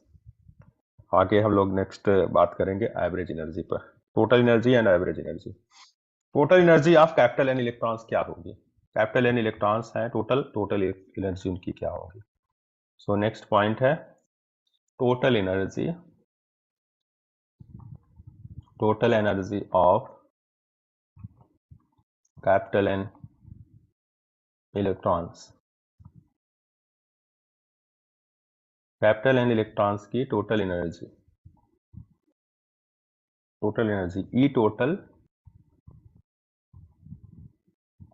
this is now equal to E1 plus E2 plus E3 plus E4 plus dot plus EF। ये तो एक एक इलेक्ट्रॉन अगर स्टेट्स में होते एनर्जी लेवल्स में, तो पहले एनर्जी लेवल में एक इलेक्ट्रॉन है, E1 हो जाता, दूसरे एनर्जी लेवल में एक इलेक्ट्रॉन है तो E2 एनर्जी हो जाती है उसकी। सारे इलेक्ट्रॉन्स की एनर्जी जोड़ देते हैं ना, बट आपको पता है कि एक एनर्जी लेवल में दो इलेक्ट्रॉन्स हैं, तो आप सारे एनर्जी लेवल्स को दो से मल्टीप्लाई करो। 2 into 2 electrons in E1, 2 electrons in E2, 2 electrons in EF। तो ये फाइनली फार्मूला 2 कॉमन लेकर के E1 plus E2 plus E3 plus dot dot dot E4 भी लिख दो, plus dot dot dot plus EF। Clear?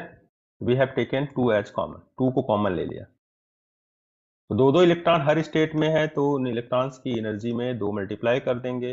E1 में 2 electrons है तो E1 2 टाइम्स आ जाएगा, E2 में 2 इलेक्ट्रॉन्स है तो 2 टाइम्स। ये हो गया फॉर्मूला। ये टोटल एनर्जी है NF तक पहुंचते पहुंचते NF एनर्जी लेवल तक सब में दो इलेक्ट्रॉन्स हो चुके हैं, इसलिए दो बार सारी एनर्जीज को सम किया।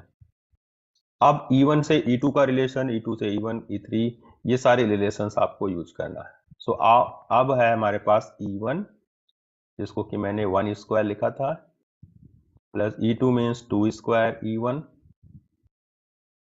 2 square E1, plus E3 means 3 square E1, plus E4 means 4 square E1, plus dot dot dot plus NF square E1 plus NF square E1।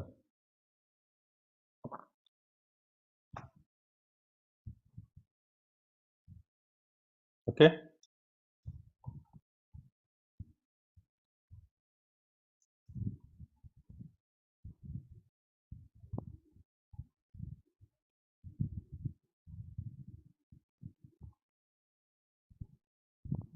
And next is,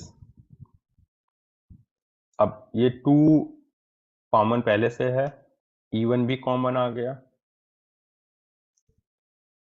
so now 2 common लिया, 1 square plus 2 square plus 3 square plus 4 square plus dot dot dot plus NF square and then E1 is common, and next is 2। अच्छा, इसका summation क्या होगा बताओ? First n numbers अगर हैं आपके पास और उनके स्क्वायर्स का सम किया गया है, n into n plus 1 into n plus 2 1 ऐसा करके n by by 2 6 into n by 6 n plus 1 into 2n plus 1 NF by 6 into NF plus 1 and 2NF plus 1।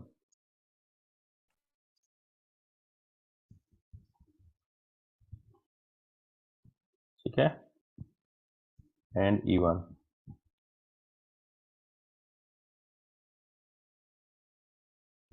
ठीक है, तो आप इसको नोट कीजिए। नेक्स्ट पेज पर मैं इसको सिंप्लीफाई करूंगा एवरेज एनर्जी कैलकुलेशंस को।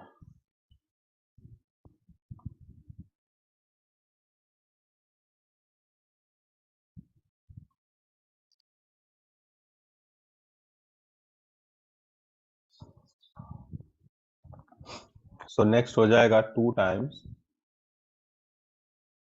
ब्रैकेट के अंदर NF क्यूब हो जाएगा ना, 2NF cube, 2NF cube plus 3NF square plus NF upon 6। Bracket के अंदर यही NF वाले टर्म्स को मल्टीप्लाई कर दिया आपस में एंड मल्टीप्लाइड बाय E1। अभी भी E1 है यहां पर,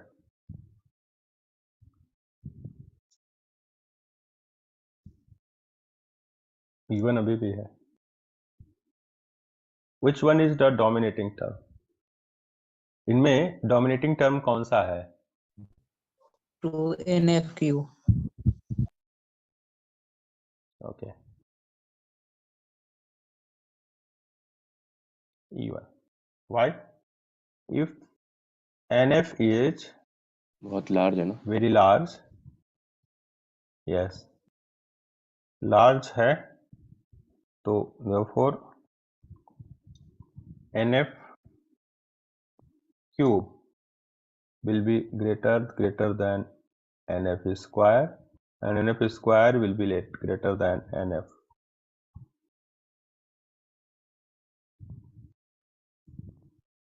ये हो जाएगा, ये होल्ड कर जाएगा। अगर आप NF को लार्जर लेंगे तो उस केस में NF cube will be very large in comparison to other values. Other values means NF square और NF के कंपैरिजन में। NF मान लो 50 है, 100 है, 200 है, ठीक है। तो अगर मान लो मैं NF की वैल्यू ही 100 ले लेता हूँ, 10⁻², ले लेता हूँ, तो NF स्क्वायर क्या होगा 10⁻⁴, NF क्यूब क्या होगा 10⁻�6। आप जब 10⁻�6 की बात कर रहे हैं तो इसको इग्नोर तो कर सकते हैं ना।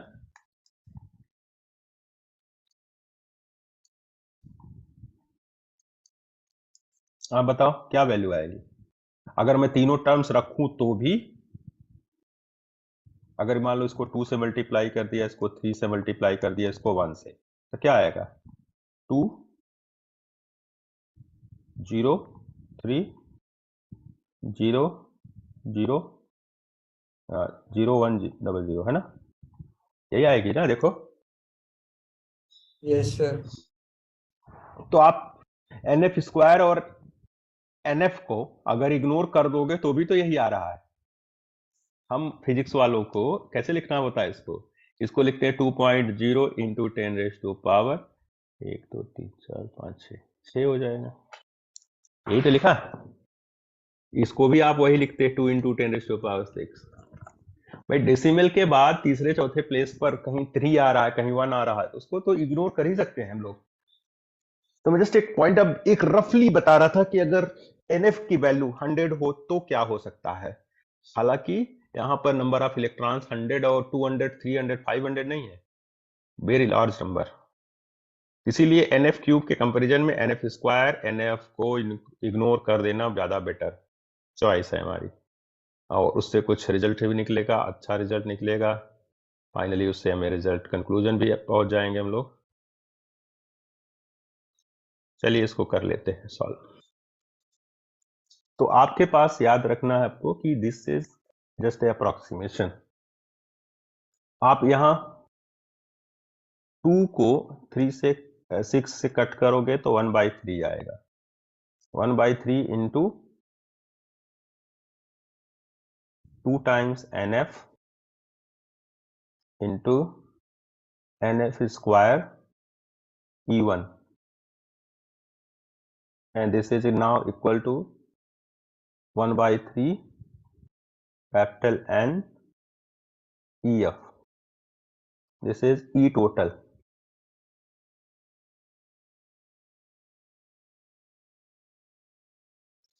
This is the total energy of capital N electrons. Capital N electrons अगर हैं तो उनकी टोटल एनर्जी का फॉर्मूला है ये।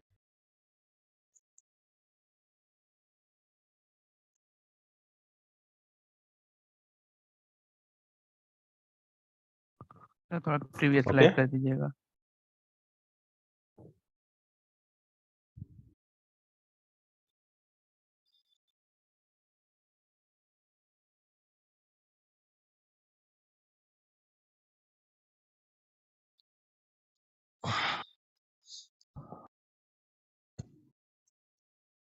Okay sir, thank you. E total हो जाएगा 1/3 N EF। ई एवरेज क्या होगा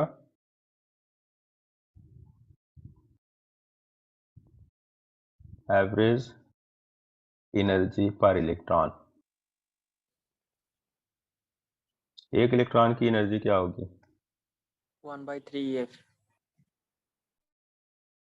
this will be E total upon capital N। This is equal to 1/3 times EF। तो एवरेज एनर्जी को भी इस तरह से नोट करना पड़ेगा, टोटल एनर्जी को भी।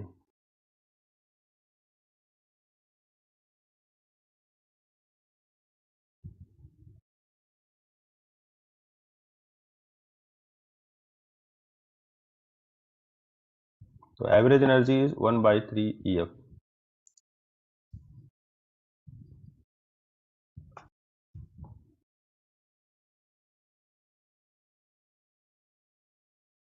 नोट कर लीजिए इसको.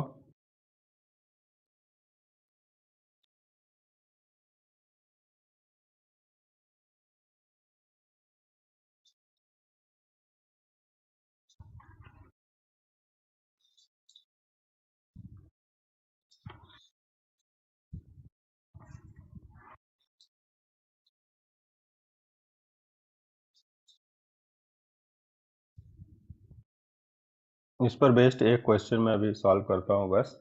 उसके बाद नेक्स्ट क्लास में 3D वगैरह ट्राई करेंगे तो आगे क्वेश्चंस और भी सॉल्व हो पाएगा.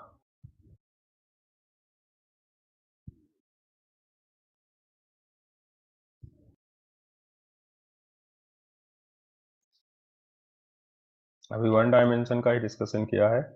2D 3D दोनों अभी आगे डिस्कस होगा.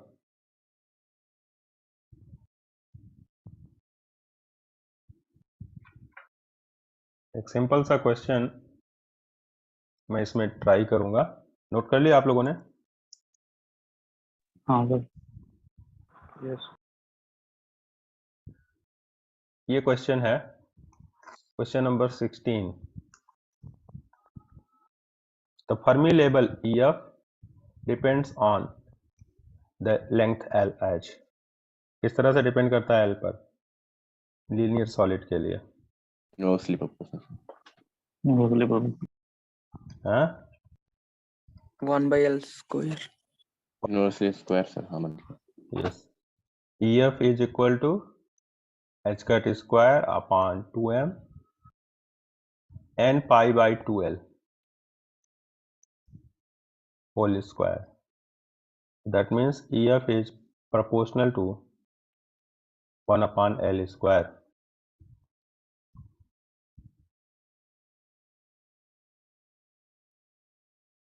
वन अपॉन L स्क्वायर के साथ प्रोपोर्शनलिटी है. यही एक क्वेश्चन लीनियर सॉलिड से मुझे दिखाई दे रहा है. अभी आगे क्लास में डिस्कस करेंगे. 3 डायमेंशन 2 डायमेंशन उन सब पर फिर बात होगी. ओके तो आज की क्लास मैं यहीं पर एंड करता हूँ. 8:30 तक की क्लास था ना? Yes sir. हाँ. ठीक है तो अगली क्लास में आगे का डिस्कशन होगा. ओके क्वेश्चन तो बहुत सारे हैं लेकिन सभी 3D के ज़्यादा क्वेश्चंस आते हैं हमारे पास 3 डायमेंशन, जो कि अगली क्लास में मैं डील करूंगा. सर. कोई डाउट है तो पूछिए आप लोग. यस सर आपने बोला कि सारी चीजें हम 0 केल्विन के लिए डिस्कस कर रहे हैं, इसलिए ना क्योंकि सिस्टम अपने ग्राउंड स्टेट में रहेगा, तभी हम वो 1:2 कर रहे हैं, 2:2 कर रहे हैं, सबको एस में रख रहे हैं. मतलब नहीं समझा मैं, फिर से बोलो. सर समरफील्ड इलेक्ट्रॉन थ्योरी में सर आपने टेम्परेचर 0 केल्विन लिया है, पूरे डेरिवेशन पूरे मतलब थियोरेटिकल. एक्चुअली जो डिस्कशन मैं कर रहा हूँ, टेम्परेचर इफेक्ट कुछ और भी रोल प्ले कर सकता है. We are not dealing with high temperature case. ये आपको ध्यान रखना है. टेम्परेचर 0 केल्विन इसलिए है कि जैसा हम लोग एक्चुअली स्ट्रक्चर बनाना चाह रहे हैं वैसा ही हो. कहीं ऐसा ना हो कि कोई इलेक्ट्रॉन आयनाइज हो गया हो, कोई electron excited state Fermi level को क्रॉस हो गया हो. फर्मी लेवल के अंदर ही सारे लेवल्स फिल्ड हैं. हाई टेम्परेचर केस में फर्मी लेवल को क्रॉस करके बाहर दूसरे स्टेट्स में जाने की पॉसिबिलिटी भी इलेक्ट्रॉन्स के साथ होगी.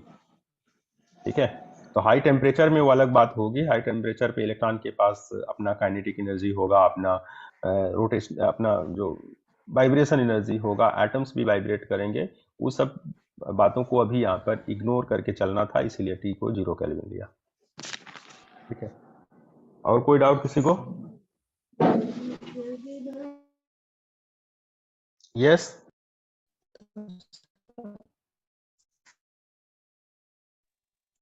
अगर फ्यूचर में 0 केल्विन मतलब ना मेंशन किया हो तो सर हम लोग कहाँ क्या चीजिंग आएगा जो हम लोग ड्राइव किए? क्या बोल रहे हो? क्वेश्चन में टेम्परेचर ना बोल रहा हूँ कि फ्यूचर मतलब 0 केल्विन मतलब कुछ हायर टेम्परेचर हो तो क्यों मतलब कहाँ का हम लोग फार्मूला में कैसे मतलब चेंजिंग आएगा या क्या हम लोग मॉडिफाई करके उसको सॉल्व करेंगे? चेंजिंग जो आने वाला होगा आगे बता दिया जाएगा। फर्मी लेवल की वैल्यू टेम्परेचर के साथ किस तरह से वेरी करेगी वो सब डिस्कशन कर देंगे। Variation of Fermi level with temperature, ठीक है। Okay sir. तो वो सारा डिस्कशन होगा। अभी तो 0 केल्विन पर बात कर रहा हूँ, तो 0 केल्विन वाला ही आपको डील करना है, डिस्कस करना है। किस केस में टेम्परेचर कैसा होगा, क्या शिफ्टिंग होगी, फर्मी लेवल किधर जाएगा, वो सारा कुछ आगे के कोर्स में, आगे के टॉपिक में है।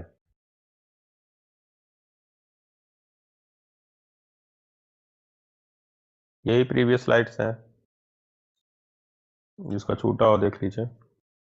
ठीक है, क्लास एंड करें अब हम लोग। कुछ और डिस्कस डाउट अगर है तो प्लीज बोलिए आप लोग। सर अजिमुथल क्वांटम नंबर को कंसीडर यहाँ पर करें तो सर एनर्जी है वो इंक्रीज कर जाएगा। एजीमुथल क्वांटम नंबर मैंने आपको जस्ट हिंट किया कि वो सोमरफील्ड ने बताया था, बट यहाँ यूज कहाँ किया है? नहीं बोल रहा हूँ यदि करे तो करेंगे। ओके, हम क्यों करें? हम जो जिसने जिसने उसको बनाया था उसने ने यूज किया, सोमरफील्ड ने उसको डिराइव किया था, बताया था, उसने ने यूज किया, तो हम क्यों यूज करें बताओ आप। हमें तो आप कहोगे कि ऑर्बिटल क्वांटम नंबर यूज करो, तो मैं कहूंगा ऑर्बिटल क्वांटम नंबर यूज क्यों करें जब हमारे पास इस तरह का है ही नहीं। हमारे पास एक्चुअल थ्योरी है कि नहीं है ये बताओ। 1s2 2s2 2p6 आप-बाउ रूल ये सब है कि नहीं है आपके पास? है? हाँ, तो उसको अप्लाई कीजिए। आज के समय पर वो ज्यादा बेटर थ्योरी मानी जाती है, ठीक है। वो ज्यादा बेटर कैलकुलेशंस माने गए हैं, और वो हमको आगे बात करनी होगी, उस पर भी आएगा। अगर एटॉमिक फिजिक्स में एक्चुअली वो डिस्कस होता है। सॉलिड में जस्ट हम लोग बेसिक पढ़ रहे हैं कि कहाँ कहाँ पर सॉलिड स्टेट के अंदर कौन कौन सी थ्योरीज अप्लाई की गई हैं, इलेक्ट्रॉन्स के लिए, बैंड्स के लिए, और उसके बाद सेमीकंडक्टर के लिए। वो सब कुछ आगे हम लोग 1 बाय 1 डील करते रहेंगे, डिस्कस करते रहेंगे, ठीक है। अभी जो आपका पॉइंट है कि आप पूछ रहे हैं कि सोमरफील्ड आप अप्लाई कर सकते हो। उसके लिए ना मैंने कभी अप्लाई किया है ना मैंने सोचा है। आप अप्लाई कर सकते हो कि इसकी एनर्जी बढ़ेगी घटेगी, हम एल एम एल सबको ले चलें तो उसमें कितने इलेक्ट्रॉन्स आएंगे उसके भी नंबर पे बात करनी पड़ेगी, कि एल के वैल्यू के साथ एम एल भी रिलेट करना पड़ेगा, है ना। एल के साथ एम एल भी रिलेट करना पड़ेगा, और फिर कहोगे कि एम एल की वैल्यू के साथ पी सब सेल में एल जब 1 होगा तो 6 इलेक्ट्रॉन आएंगे, डी में 10 इलेक्ट्रॉन होंगे। एक्चुअली आप एक्चुअल थ्योरी की तरफ ही तो बढ़ रहे हो। आप जब आप एल और एम एल ले लोगे तो एक्चुअल थ्योरी की तरफ बढ़ोगे। आप कहीं ऐसा नहीं है कि आप किसी जगह डेविएट करके चले जाओगे। वो तो वही थ्योरी है जो आपने पढ़ी हुई है। 1s2 2s2 2p6 3s2 3p6 3d10 और ये 4s2 वाला, ये सब सारा कॉन्फ़िगरेशन आपको पता है। तो आप कुछ अलग नहीं कर लोगे अगर उस तरह का आपने माइंड में अपने सेट कर लिया है तो। हाँ, उसके लिए सोमरफील्ड ने थ्योरी नहीं दी थी। सोमरफील्ड ने जो थ्योरेटिकल अप्रोच दिया है हम लोग वही डिस्कस कर रहे हैं, ठीक है ना।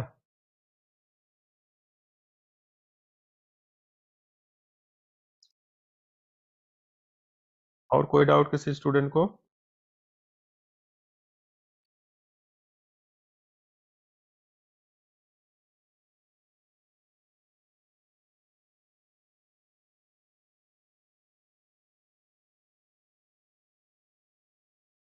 Okay,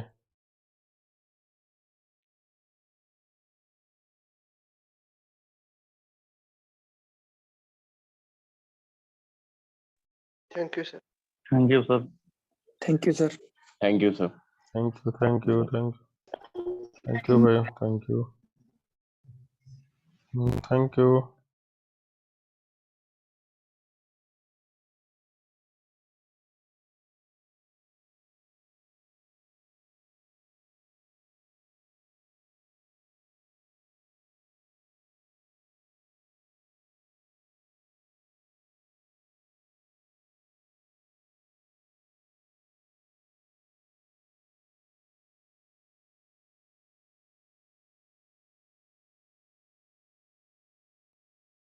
Okay students, now this class is over and stop sharing मैं कर रहा हूँ अभी। Now meeting is over.